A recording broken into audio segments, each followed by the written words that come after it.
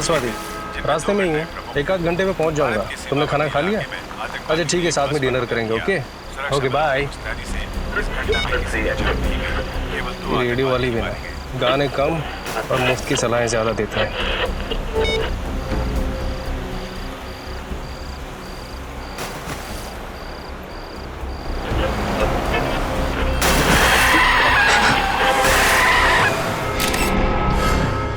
Sir आप ये देखिए सर, पैरों के निशान शायद खूनी के होंगे। ये देखा, ये दायां पैर, ये निशान कुछ गहरे हैं और बाएं पैर वाले निशान हल्के। मतलब समझे फेडी? बिल्कुल सर, इसका मतलब खूनी दाएं पैर पे जोर देके चल रहा था। करेक्ट। या तो वो दंगड़ा के चल रहा होगा या फिर उसके पैर में चोट लगी होगी।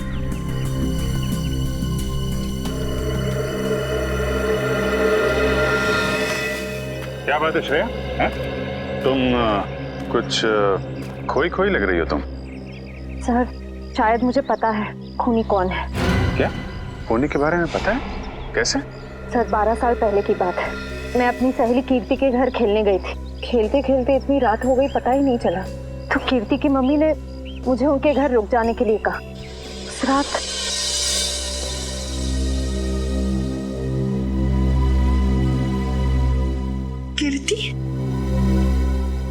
कीर्ति कहाँ चली गई?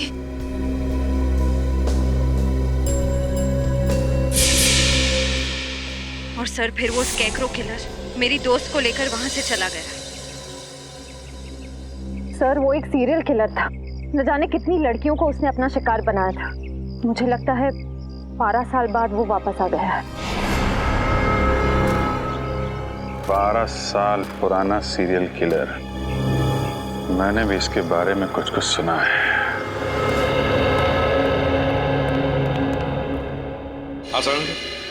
अरे बॉस, आप लोग कब आए? सालूं के साहब, आप काम में इतने बिजी थे तो। हाँ यार, इस लाश से बात कर रहा था मैं। क्या बताया? बहुत कुछ बताया बॉस। इनफैक्ट इसने अपनी पूरी दर्द भरी कहानी मुझे सुनाई, जिसे सुनकर मेरा दिल कांप गया। दर्द भरी कहानी से? हाँ सचिन, बहुत बुरा हुआ है इस लड़की के साथ। इतनी दर्दनाक मौत हुई है इस बेचारी की कि इसका शरीर चेक करते करते मेरे रोंगटे खड़े हो गए। सर इनकी उम्र क्या होगी? उम्र लगभग 30 साल। अब बॉस इसकी मौत 4-5 दिन पहले हुई है। 4-5 दिन पहले मौत हुई है इसकी? तो तू बता सकता है किस वजह से मौत हुई है?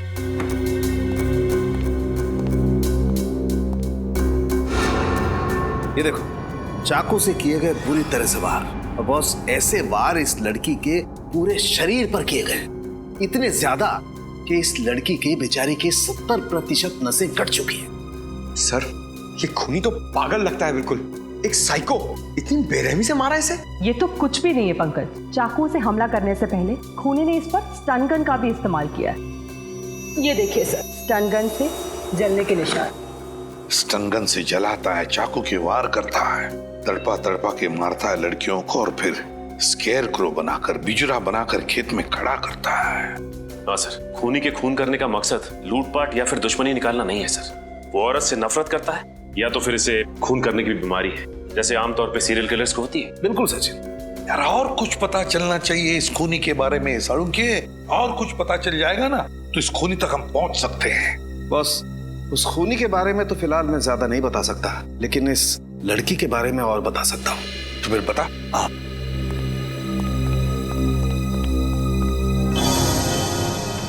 ये देख रहे हो? ये तो आंखें हैं सर। हाँ सचिन, और ये इस लड़की की आंखें। और ये देखो, ये इस लड़की की आंखों पर ये स्टिचेस, टांके। इस लड़की की आंखों पर स्टिचेस लगे थे? तो कहीं हाल ही में इसकी आंखों का ऑपरेशन तो नहीं हुआ था? हाँ बॉस, लगभग 10-11 महीने पहले इस लड़की का ऑपरेशन हुआ था। इसका कॉर्नियल ट्रांसप्लांट हुआ था। उससे पहले ये लड़की देख नहीं सकती थी। हमें इसके खून में से ईथन सैंडाइल नाम का केमिकल मिला है। ईथन सैंडाइल?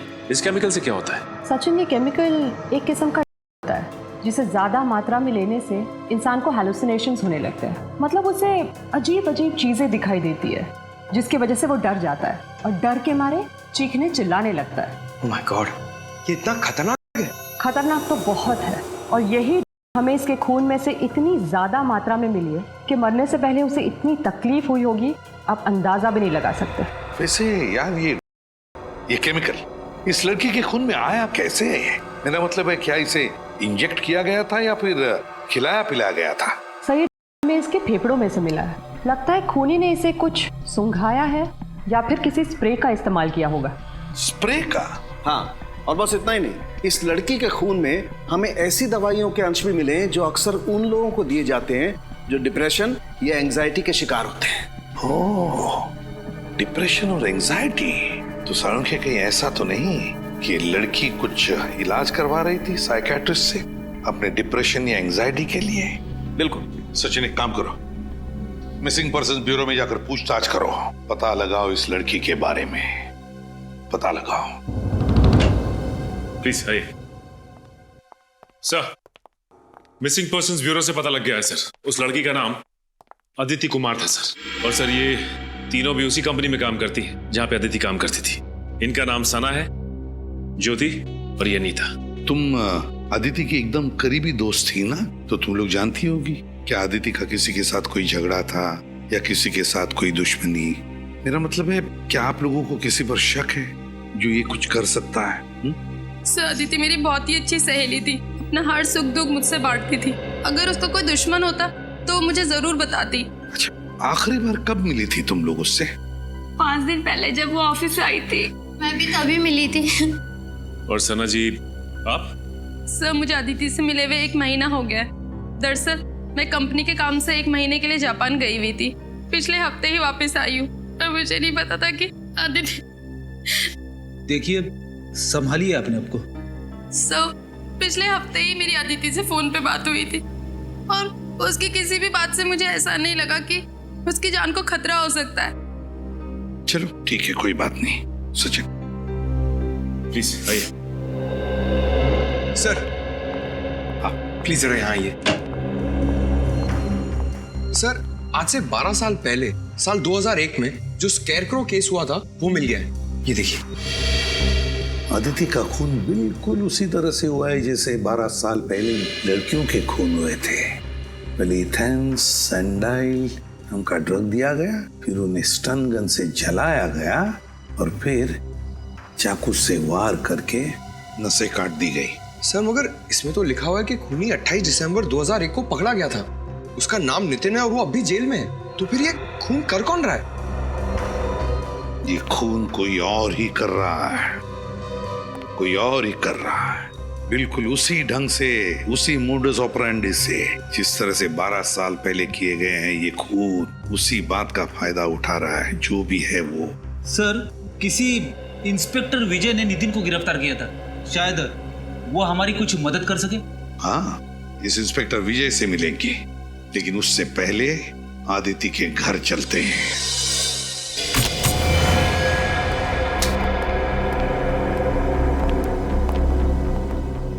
सर न तो घर का सामान बिखरा पड़ा है, ना ही कोई तोड़ फोड़ की गई। मतलब खूनी अदिति के जान पहचान वाला होगा। सर अदिति घर में अकेली रहती थी। अगर उसके परिवार में कोई होता तो पता चल सकता था कि उसकी मौत की वजह कोई दुश्मनी तो नहीं है। कई बार खाली पड़ा घर भी बहुत कुछ बता देता है। अच्छी तरीके से चेक करो, कुछ ना कुछ जरूर मिलेगा।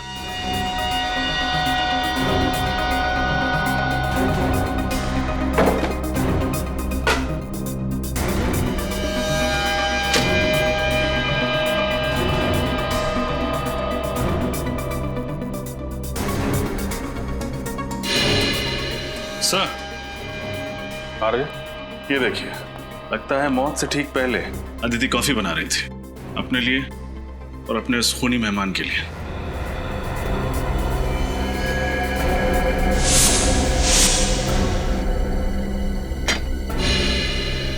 सर देखिए सर, टूटा हुआ बाज। सर ऐसा लग रहा है इस कमरे में हाथापाई हुई है। ये बात संभाल के एविडेंस बैग में डाल लो, शायद फिंगरप्रिंट्स मिल जाए। इसका मतलब जब अदिति वहाँ किचन में कॉफी बना रही थी तभी खूनी ने उस पर हमला किया। फिर यहाँ भाग के आई, यहाँ पे हाथापाई हुई और शायद उसी में वाज गिर गया। शायद यहीं पे खून हुआ है उसका। सर ये डिप्रेशन वाली दवाइयाँ मिली है जिनके बारे में सालून के साहब ने हमें बताया था। डॉक्टर वीरेन? डॉक्टर वीरेन अदिति का इलाज कर रहे थे। डॉक्टर वीरेन से मिलना पड़ेगा।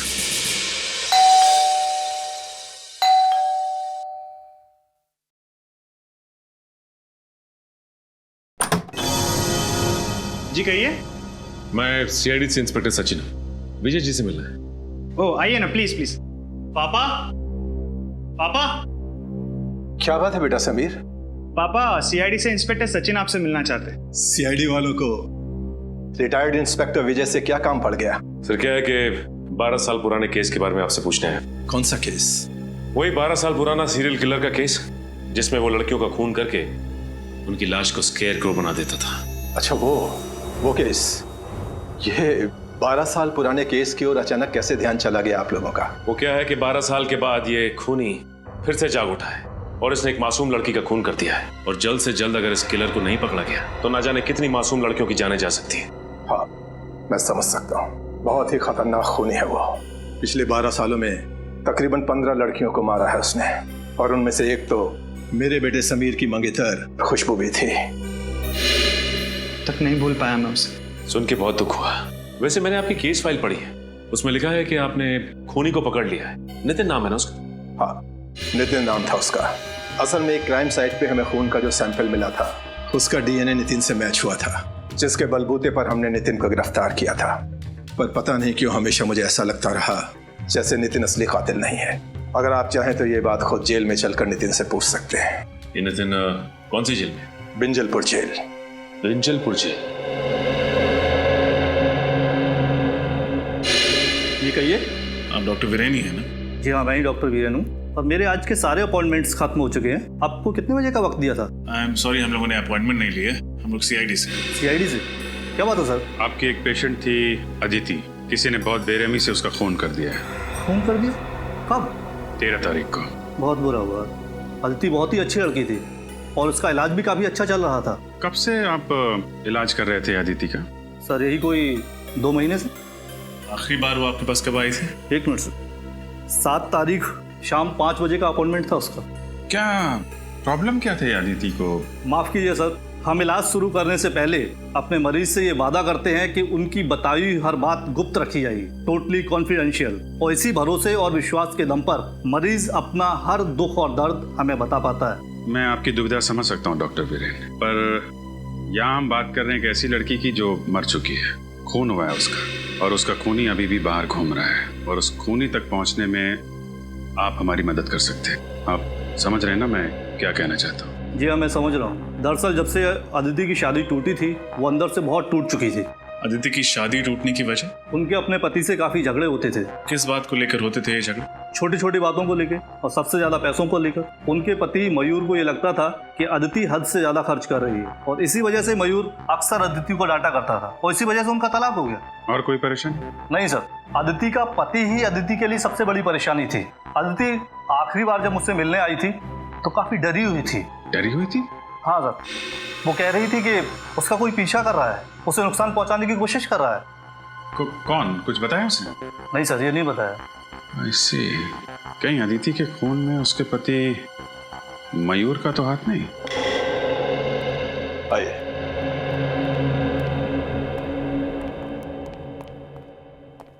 अरे विजय सर, आप? बड़ी खुशी हुई आपको यहाँ देखकर। कहो कैसे कट रहे रिटायरमेंट के बाद की जिंदगी? मत पूछो दोस्त, बहुत याद आते हैं ड्यूटी के दिन। खैर छोड़ो इन बातों को, इनसे मिलो। ये है इंस्पेक्टर सचिन, सीआईडी से हैं। हेलो। एक केस के सिलसिले में हमसे कुछ पूछने आए थे, इसीलिए हम लोग यहाँ आए। किस केस के बारे में आप जानना चाहते हैं? उस सीरियल किलर के बारे में जो लड़कियों का खून करके उनकी लाश का स्केयरक्रो बना देता था। ये 12 साल पुराना केस, कुछ याद आया आपको? उसे मैं कैसे भूल सकता हूँ सर। आप नितिन के बारे में बात कर रहे हैं ना? जी। माफ कीजिएगा सर, उसकी तो पिछले महीने मौत हो गई। क्या? उसकी मौत हो गई? लेकिन कैसे? डेंगू से। मैंने बताया कि असल में नितिन असली कातिल नहीं था। असली कातिल तो अभी भी कहीं आजाद घूम रहा है। मैं जानता हूँ, नितिन ने खुद मुझसे ये बात कही थी। उसने सिर्फ पहले खून में ही उस खूनी की मदद की थी। चिलर साहब, ऐसी बात थी तो फिर आपने पकड़ने की कोशिश क्यों नहीं की खूनी को? बहुत कोशिश की थी, मगर कोई सुराग ही हाथ नहीं लगा था। लेकिन खूनी के बारे में नितिन तो जानता था, आप लोग उससे पूछ सकते थे। कई बार पूछा था सर, मगर वो उस खूनी से बहुत डरता था कि उसका नाम लेने से कांपता था। कमाल है, जेल में रहने के बावजूद आखिर ऐसी क्या वजह हो सकती है कि वो सीरियल किलर का नाम लेने से भी कांपता था? शायद उसे ये चिंता थी कहीं वो खूनी उसके बेटे रवि को भी कोई नुकसान न पहुंचा दे। नितिन का बेटा रवि? ये रवि रहता कहाँ है? मयूर, हम अदिति के बारे में कुछ पूछना चाहते हैं। अदिति मेरी पत्नी है। पत्नी है नहीं, पत्नी थी। तलाक दे दिया था ना तुमने उसे? जी हाँ, मैंने तलाक दे दिया था उसे। तो फिर खून क्यों किया? खून? अदिति का खून हो गया? हाँ, और हमें शक है कि उसका खून तुमने किया। ये बात सच है कि अदिति मेरी पत्नी थी। जब तलाक देकर हर मसले का हल निकल चुका था तो मैं उसका खून क्यों करूंगा? क्योंकि डिवोर्स के बाद अदिति ने हर्जाने के रूप में तुमसे 25 लाख रुपए मांगे थे, और वैसे भी तुम्हें अपनी पत्नी हमेशा से बहुत खर्चीली लगती थी। ये बात सच है कि अदिति जरूरत से ज्यादा खर्चा करती थी, लेकिन इसका मतलब ये नहीं कि इतनी छोटी सी बात के लिए कोई पति अपनी पत्नी का खून कर दे। छोटी सी बात?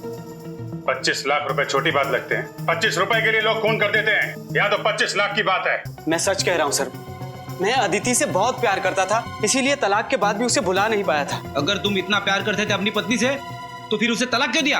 क्योंकि उसने कभी मुझे प्यार किया ही नहीं था। उसने शादी तो कर ली थी मुझसे, लेकिन शादी के बाद भी अदिति अपने अतीत में ही जी रही थी, और धीरे धीरे मेरा शक यकीन में बदल गया कि शादी से पहले उसका किसी के साथ अफेयर था। और सच बात तो यह है सर कि वो उसे भुला ही नहीं पाई थी। शादी के पहले का प्रेमी कौन है वो? मैंने उससे ये बात कई बार पूछी, लेकिन उसने हर बार कहा कि मैं बेवजह उस पर शक कर रहा हूँ। कहती थी कुछ नहीं है। 13 तारीख को कहाँ थे आप? मैं मैंगलोर गया था सर, शूटिंग के लिए। एड फिल्म की शूटिंग थी। आप चाहे तो पता कर सकते हैं। जरूर। रेडी? पता लगाओ ये सच कह रहे हैं कि नहीं। शूटिंग कर रहे थे या फिर? सर, मैंने पता कर लिया, मयूर वाकई मैंगलोर में शूटिंग कर रहा था। उसने अदिति को नहीं मारा है। अगर मयूर मैंगलोर में शूटिंग कर रहा था तो फिर वो अदिति का खून कर ही नहीं सकता। तो फिर कौन हो सकता है? बॉस, हाँ सालुंके, इस केस में मुझे ऐसी बात पता चली है जिससे आप खूनी के और ज्यादा करीब पहुंच सकते हैं। अच्छा, बता। बॉस, अदिति की लाश पर मुझे एक खास किस्म के पैरासाइट के अंडे मिले। पैरासाइट के अंडे? इस पैरासाइट से क्या होता है सर? सचिन, मेडिकल भाषा में इसे लंग फ्लूक या पैरागोनिमस वेस्टरमनी कहते हैं। तुम रहने दो फ्रेडी, तेरे बस की बात नहीं है यार। कोई बात नहीं सालुंके साहब, वैसे नाम में क्या रखा है?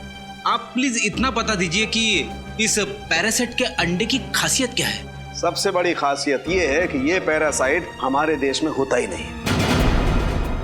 क्या मतलब? मतलब ये बॉस, ये एक जापानी पैरासाइट है। Japanese parasite? हाँ बॉस, जापान के 80% मीठे पानी के केकड़ों में ये पैरासाइट मिलता है। और क्योंकि ये फ्रेश वाटर क्रैब जापान की एक डेलिकेसी है, लोग बहुत चाव से इसे खाते हैं, इसलिए जापानी लोगों के शरीर में ये पैरासाइट अपने आप पहुंच जाता है। लेकिन सर, अदिति तो कभी हिंदुस्तान से बाहर गई नहीं, तो ये जापानी पैरासाइट इसके शरीर में आया कहाँ से? सचिन, अदिति नहीं गई होगी, और उसकी दोस्त सना, वो तो जापान गई है ना। मैं कंपनी के काम से 1 महीने के लिए जापान गई हुई थी। सर, कहीं इन सब के पीछे सना का हाथ तो नहीं? सना से मिलना पड़ेगा।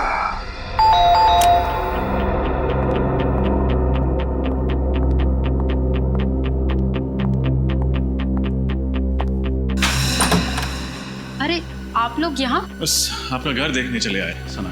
घर देखने चले आए? मुझे कुछ समझ नहीं आया। हाँ, बस आपके घर की बनावट, सजावट, दीवारों का रंग, फर्नीचर वगैरह वगैरह। आप ये सब यहाँ देखने आए? घर खरीदना चाहते हैं क्या? नहीं, बस ये देखना चाहते थे कि जब आप इस आलीशान घर को छोड़ के जेल जाएंगी तो आपको ज्यादा तकलीफ तो नहीं होगी ना? जेल? जेल क्यों जाऊंगी मैं? वो क्या है ना साना जी, अगर खीर में चीनी डाल दो तो उसका मीठा होना तय है, उसी तरह अगर कोई मुजरिम खून करे तो उसका जेल जाना तय है। लेकिन मैंने किसी का खून नहीं किया। झूठ मत बोलो, अदिति का खून तुमने किया है।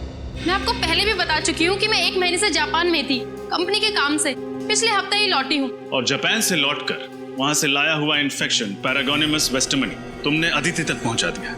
आप मेरी जासूसी भी कर रहे हैं? सिर्फ अपनी ड्यूटी कर रहे हैं। एक सीआईडी ऑफिसर की पहली ड्यूटी कुछ भी करके मुजरिम तक पहुँचना।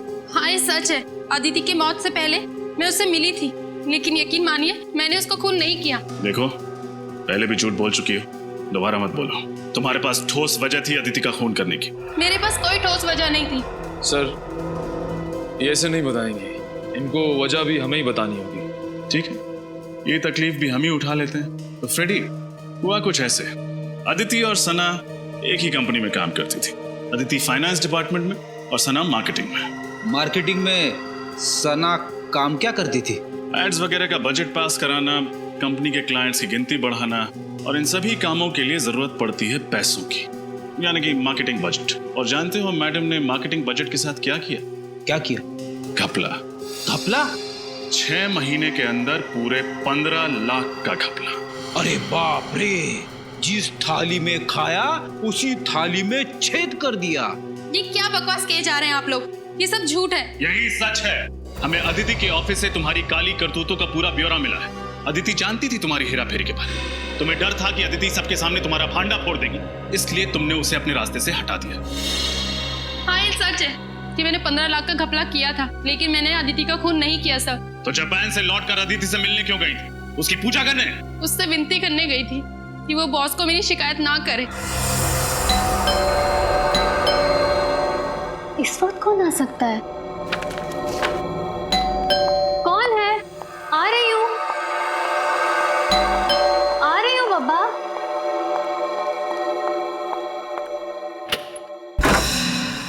सना, तुम यहाँ क्या कर रही हो इस वक्त? अदिति मेरी बात तो सुनो। क्या सुनूं? अदिति प्लीज किसी से कुछ मत कहना, नहीं तो मेरी सालों की मेहनत और मेरा करियर बर्बाद हो जाएगा और कोई कंपनी भी मुझे नौकरी नहीं देगी। प्लीज अदिति। ये सब तो तुम्हें अपने ईमान का सौदा करने से पहले सोचना चाहिए था। ये ईमान और सच्चाई की बातें ना सिर्फ किताबों में अच्छी लगती हैं अदिति। अगर इस दौर में कुछ मायने रखता है तो वो है पैसा। मैं तो कहती हूँ इस काम में तुम भी मेरा साथ दो। कितने गिर सकती हो तुम? मैंने कभी सोचा नहीं था। मैं अभी बॉस को फोन करती हूँ। ऐसा मत करो अदिति, प्लीज मेरी बात। ये क्या किया तुमने? माफ करना दीदी, मुझे लगता है मुझे चलना चाहिए, लेकिन प्लीज मेरी बात पे गौर करना और बॉस को कुछ मत बताना।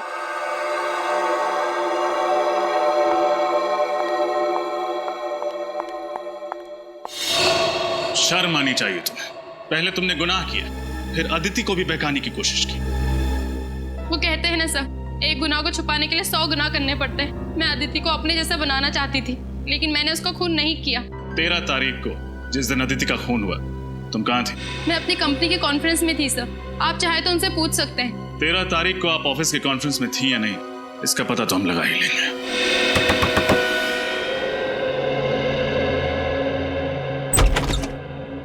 जी कहिए, किससे मिलना है आपको? हमें रवि से मिलना। जी हाँ, मैं ही रवि हूँ। आप लोग?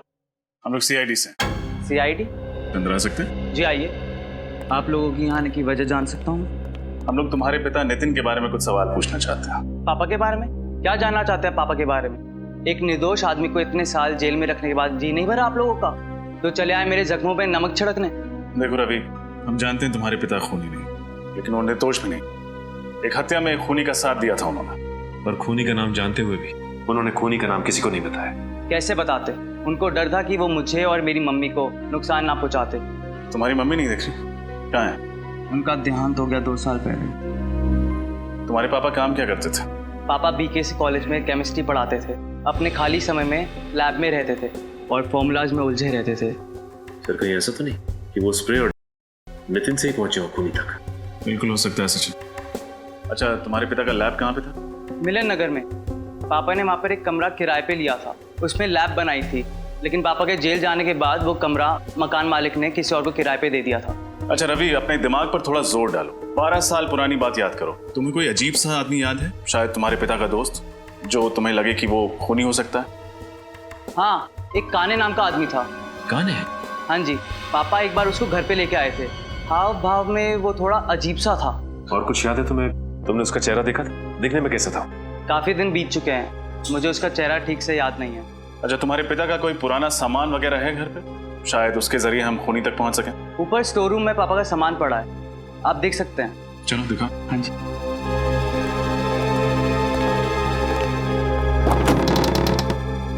आइए सर, पापा का सारा सामान यहीं पर ही है। शुक्रिया। सारा सामान अच्छे से चेक करो, देखो कुछ खास मिलता है क्या।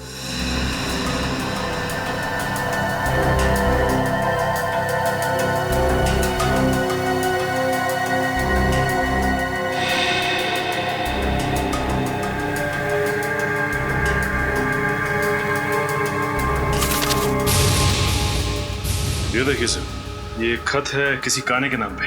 काने? शायद वही काने हो जिसके बारे में रवि ने बताया था। देखो क्या लिखा। काने, भले ही दुनिया तुम्हें पापी समझे, मगर मेरे लिए तुम सिर्फ और सिर्फ एक प्रेमी रहोगे। तुम बिन जिंदगी मानो वीरान हो गई है। मैं तुम्हें दिलो जान से प्यार करती हूँ। तुम मेरी जिंदगी में वापस आ जाओ और इंतजार नहीं होता। सिर्फ तुम्हारी अदिति। अदिति? कहीं ये वही अदिति तो नहीं जिसका खून हुआ है? हो सकता है। कहीं अदिति इस खूनी को जानती तो नहीं थी? चिट्ठी से तो लगता है कि दोनों एक दूसरे से प्यार करते थे। सर, अगर अदिति और काने एक दूसरे से प्यार करते थे तो काने अदिति का खून क्यों करेगा? रवि, क्या तुम्हारे पिता किसी अदिति को जानते थे? नहीं सर, किसी अदिति को तो नहीं जानते थे। तो फिर ये काने का खत नितिन तक कैसे पहुंचा? सचिन, काने और नितिन दोस्त थे। हो सकता है काने ने नितिन का पता अदिति को दिया हो चिट्ठी भेजने के लिए। केस तो और भी उलझता जा रहा है। सना की कॉन्फ्रेंस का सीसीटीवी फुटेज देखकर लगता है ये खून सना ने नहीं किया है। लेकिन अगर ये खून सना ने नहीं किया तो फिर किसने किया? ये केस और भी उलझता जा रहा है। सर, कहीं अदिति का खून नितिन के दोस्त काने ने तो नहीं किया? हो सकता है, क्योंकि इंस्पेक्टर विजय ने भी यही कहा था ना कि नितिन खून कर ही नहीं सकता। पता नहीं क्यों हमेशा मुझे ऐसा लगता रहा जैसे नितिन असली कातिल नहीं है। मगर सर, आदित्य ने काने को जो खत लिखा था उससे तो साफ साफ पता चल रहा है कि दोनों एक दूसरे को बहुत प्यार करते थे। तो फिर काने अदिति का खून कैसे करेगा? शायद इसलिए फ्रेडी कि आदित्य ने काने के बदले शादी की मयूर के साथ, इसलिए।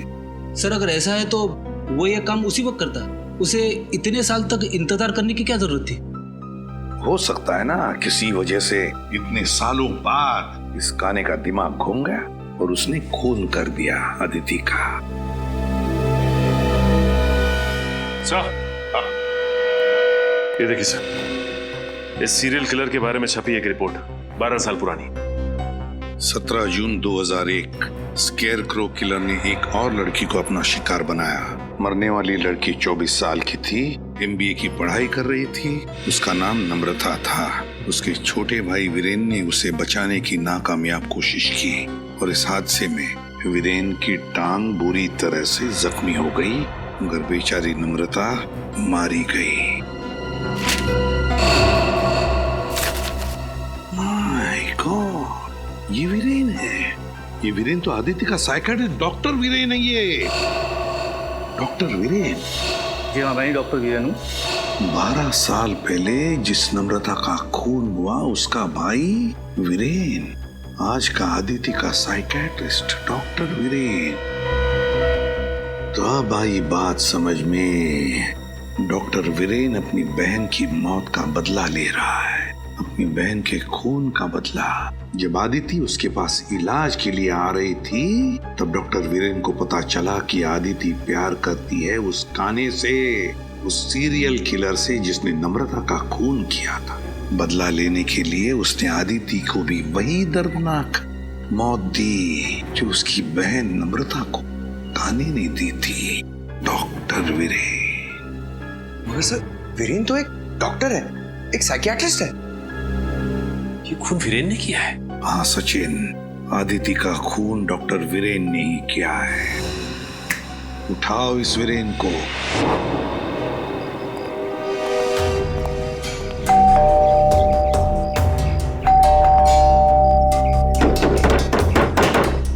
सर, कहीं उसे पता तो नहीं चल गया कि हम लोग आने वाले, इसीलिए छुप गया हो? छुप के जाएगा कहाँ? दरवाजा खोलो, हम लोग अंदर देखते हैं, तुम बाहर नजर रखना। Okay sir.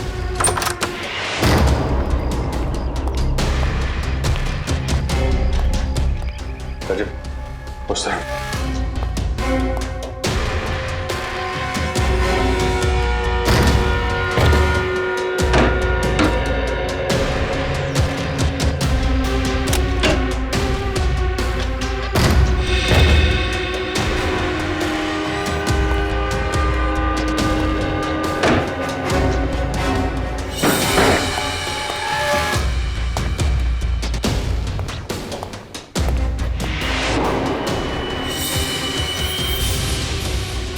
सर, रजब, यहां सर।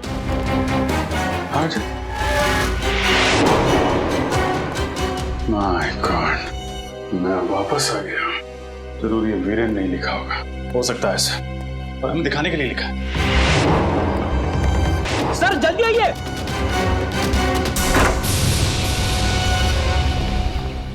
ये देखिए सर, डॉक्टर वीरेन।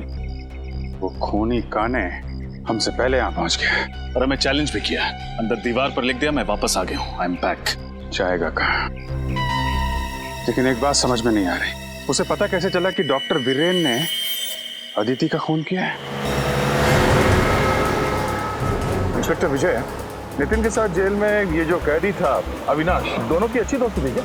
हाँ, नितिन वैसे तो किसी से ज्यादा बातचीत नहीं करता था, पर अविनाश को अपने दुख दर्द जरूर बताता था।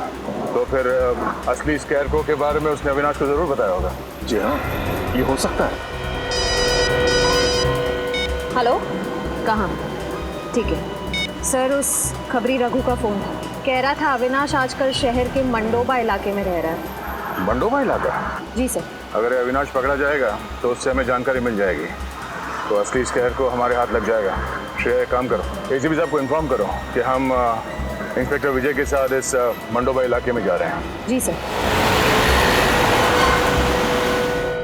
सर, इस स्कैरक्रो काने तक हमें सिर्फ 2 लोग पहुंचा सकते थे, नितिन और अदिति, और दोनों मर चुके हैं सर। हाँ सर, न जाने ये खूनी कब पकड़ा जाएगा। 12 साल से आजाद घूम रहा है। 12 साल पकड़ा जाएगा वो सचिन, जरूर पकड़ा जाएगा। उसके पापों का घड़ा भर चुका है। फ्रेडी, वीरेन के घर से जो पेपर मिले, उनसे क्या मिला? सर, इस वीरेन ने अच्छी खासी रिसर्च कर रखी थी उस खूनी के बारे में। उसके एक एक जुर्म का आर्टिकल वगैरह संभाल के रखा था। शायद काफी समय से इंतजार कर रहा था वीरेन उससे बदला लेने का। और अदिति की इलाज के पेपर्स? हाँ सर, आंखों के ऑपरेशन के बाद अदिति ने जब काने को देखा तो उसने उसका हुलिया भी बताया था वीरेन को। सांवला सा रंग, घने बाल, कद 5 फीट 10 इंच। उसने ये भी बताया था कि जब वो देख नहीं सकती थी तब उसका अंधापन दोनों के पैर के बीच दीवार नहीं बन पाया, क्योंकि काने खुद कलर ब्लाइंड था। क्या कहा? Colour blind? काने कलर ब्लाइंड है? हाँ सर। Colour blind? कद 5 फुट 10 इंच, सांवला रंग, घने बाल और कलर ब्लाइंड। ये तो विजय है। माफ कीजिएगा, मुझे कलर ब्लाइंडनेस है, इसलिए। आइए। वही इंस्पेक्टर विजय जिसने नितिन को गिरफ्तार किया था? हाँ पंकज, वही इंस्पेक्टर विजय। उसी पर जिम्मा था उसे पकड़ने का, इसीलिए तो हाथ नहीं लग रहा है ये स्केयरक्रो किलर। हाँ सर, और इसीलिए वो हमारी मदद करने के लिए तुरंत तैयार हो गया, ताकि अदिति के खूनी तक पहुंच सके और वीरेन को मार सके। एग्जैक्टली। सर, दया सर और श्रेया की जान खतरे में। वो दोनों भी तो इंस्पेक्टर विजय के साथ में हैं। फोन करो जल्दी दोनों को। सर, दया सर का फोन नहीं लग रहा है और श्रेया का फोन भी नहीं लग रहा है। कहीं कुछ हुआ तो नहीं? मंडोबा इलाका, लोग वहीं गए हैं ना? मंडोबा इलाका चलते हैं।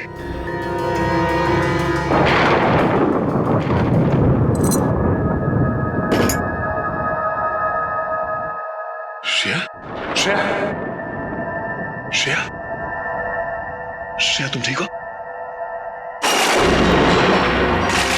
सर, हम यहाँ इस हालत में?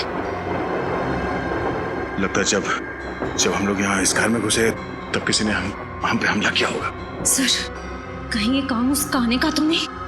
काने? हाँ, हो सकता है। सर, आपकी गर्दन पे स्टन गन का निशान है। Stun gun? ओह, निशान तो तुम्हारे गर्दन पे भी है। इसका मतलब है उसने स्टन गन से उसने हमें बेहोश किया। श्रेया, इंस्पेक्टर विजय का कहीं काने ने उनके साथ कुछ ना कर दिया हो।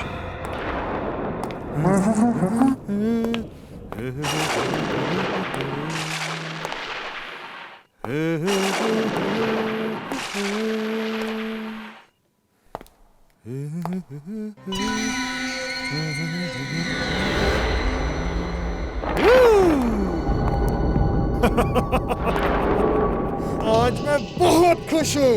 दो सीआईडी ऑफिसर्स की खातिरदारी करने का मौका मिला है इस नाचीज को। तो कैसे लग रही है मेरी ये मेहमान नवाजी? तूने अभी तक सीआईडी की मेहमान नवाजी नहीं देखी।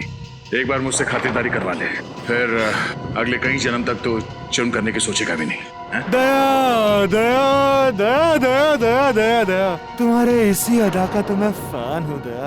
मरने से पहले अपना एक ऑटोग्राफ तो जरूर देकर जाना। तुम जैसा मच्छर दया सर को मारेगा, हिम्मत है तो अपना मास्क उतार और अपना असली चेहरा दिखा। वैसे तुम ठीक ही कह रही हो। एक आदमी को मारने में जो मजा ना, उससे कई ज्यादा मजा एक लड़की को मारने में है। मरने से मैं डरती नहीं, समझा? अगर तूने श्रेया को हाथ भी लगाया ना, तो मैं तेरा क्या हाल करूंगा तो सोच भी नहीं सकता। इधर छोड़ से। ए दया, चुप चुप चुप चुप चुप चुप चुप चुप दया चुप। श्रेया और मेरा बहुत पुराना रिश्ता है दया। श्रेया तुम जानती हो ना, तुम्हारी दोस्त कीर्ति, उसका क्या अंजाम किया था मैंने? सब याद है मुझे। और आज कीर्ति की मौत का हिसाब चुकाना पड़ेगा तुझे। तू नहीं मार सकती मुझे, नहीं मार सकती। मैं मार दूंगा तुझे। उस वक्त तू बच गई थी, लेकिन अब नहीं बचेगी। हिम्मत है तो मुझसे बात कर, मुझसे बात कर। यहाँ इधर दया दया, जब मैं अपने जुर्म को अंजाम देता हूँ ना, तब मुझे किसी का शोर मचाना चिल्लाना पसंद नहीं है। सॉरी दया, लेकिन मुझे तुम्हें कुछ देर के लिए शांत करना पड़ेगा।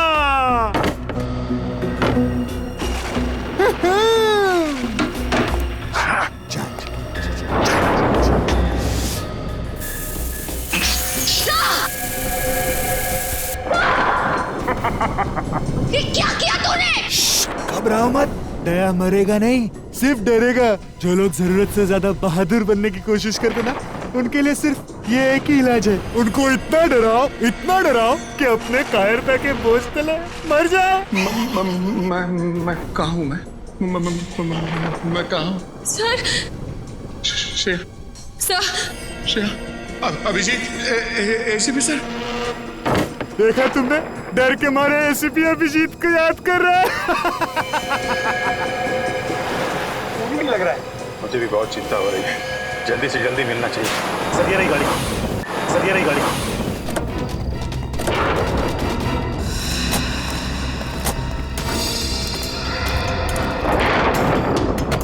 सर डिक्की में कोई है। डिक्की में? खोलो। इंस्पेक्टर विजय। सर हमें तो लगा था कि यही खूनी है, पर अब असली खूनी कौन है? इंस्पेक्टर विजय, इंस्पेक्टर विजय जी। अभिजीत कैसे भाई साहब? और दया श्रेया कहाँ है? वो दोनों, उन दोनों की जिंदगी खतरे में है। वो स्कैरक्रो किधर है बोलो? शायद इस तरफ क्या है। इस तरफ? पंकज इन्हें संभालो, हम लोग देखते हैं।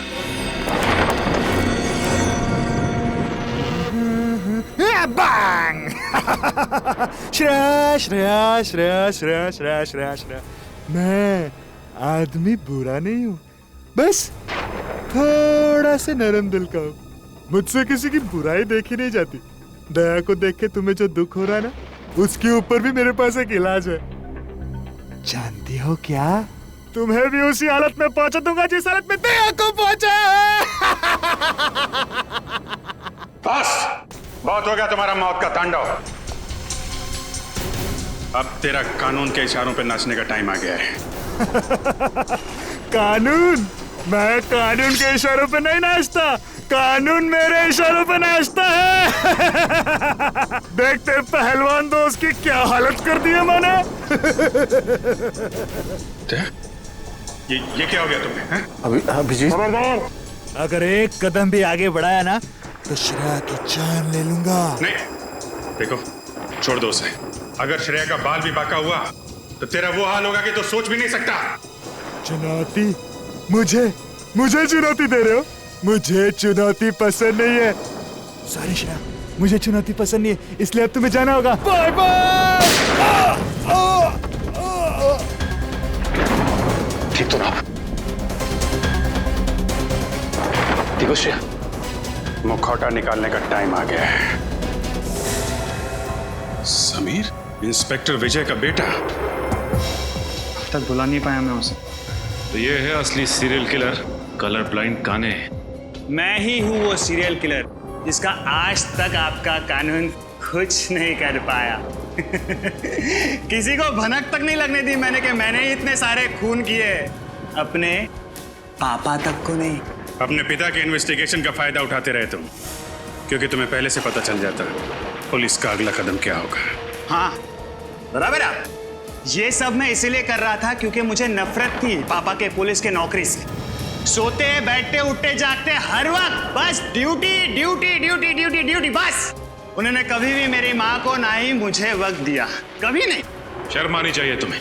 जिस पिता पे तुम्हें गर्व होना चाहिए उसकी ड्यूटी से तुम्हें परेशानी होती है। अरे तुम क्या जानो देश के लिए कुछ कर गुजरने का नशा क्या होता है? कभी ये सोचा है तुमने कि जब तुम्हारे पिताजी को पता चलेगा कि उनका बेटा खूनी है, उनका सर झुक जाएगा शर्म से? अरे उनकी गर्दन झुकती ना तो झुकने दो, मुझे कोई फर्क नहीं पड़ता।